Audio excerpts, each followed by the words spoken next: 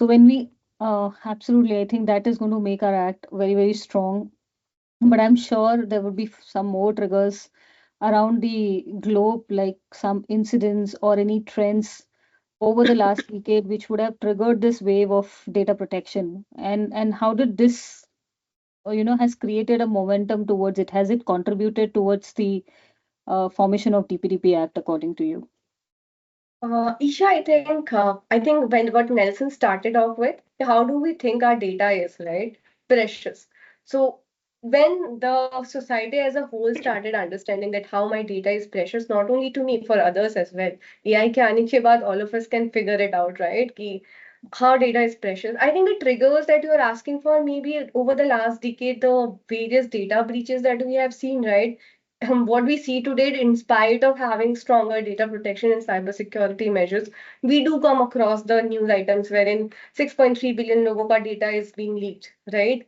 We come across like very, I think, known breaches that we can think of as Cambridge Analytica, where we saw for the first time that how my profile on a social media platform can be used as a political instances, right? How it can be used to influence politics of a country, or for that matter, every other single breach that we have heard of. So I think the biggest trigger would be the data related events, personal data breach incidents that has happened in the past.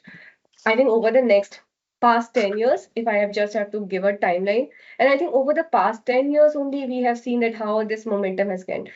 We don't have to go, I think, far. The only trigger for Indian DPDP law was nothing but Aadhaar judgment. How our biggest digital identity was being used to link to everything else, and how Aadhaar was construed as breach, like a fundamental threat to privacy. And then Supreme Court has to come down and say, no, right to privacy is your fundamental right, and government has to do something to protect it. And the journey that we have seen from there, that from a very prescriptive law to a very principle-based law, I think the triggers are nothing but to put it in words, two things.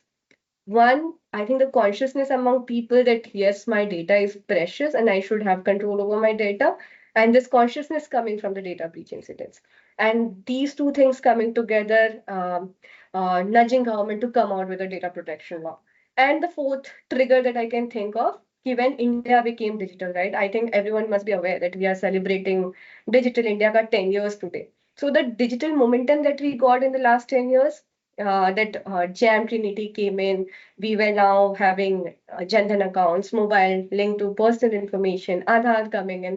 So these positive developments, I can't just give the credit to negative instances that we have in the past, but the positive ones as well, right? The digital transformation that has happened, that actually necessitated that you have to have control over data, because data is the essential thing behind everything. So I think these three, four things, positive as well as negative triggers, led to the formation of data protection laws globally. And I think today, if I'm not wrong, the statistics show that more than 190 countries are in some stage of data protection law. Some have already enacted, some are in the draft stage, and some are figuring out, they are incepting it. But yeah, in some form or the other, everybody is now putting attention to data protection law in general.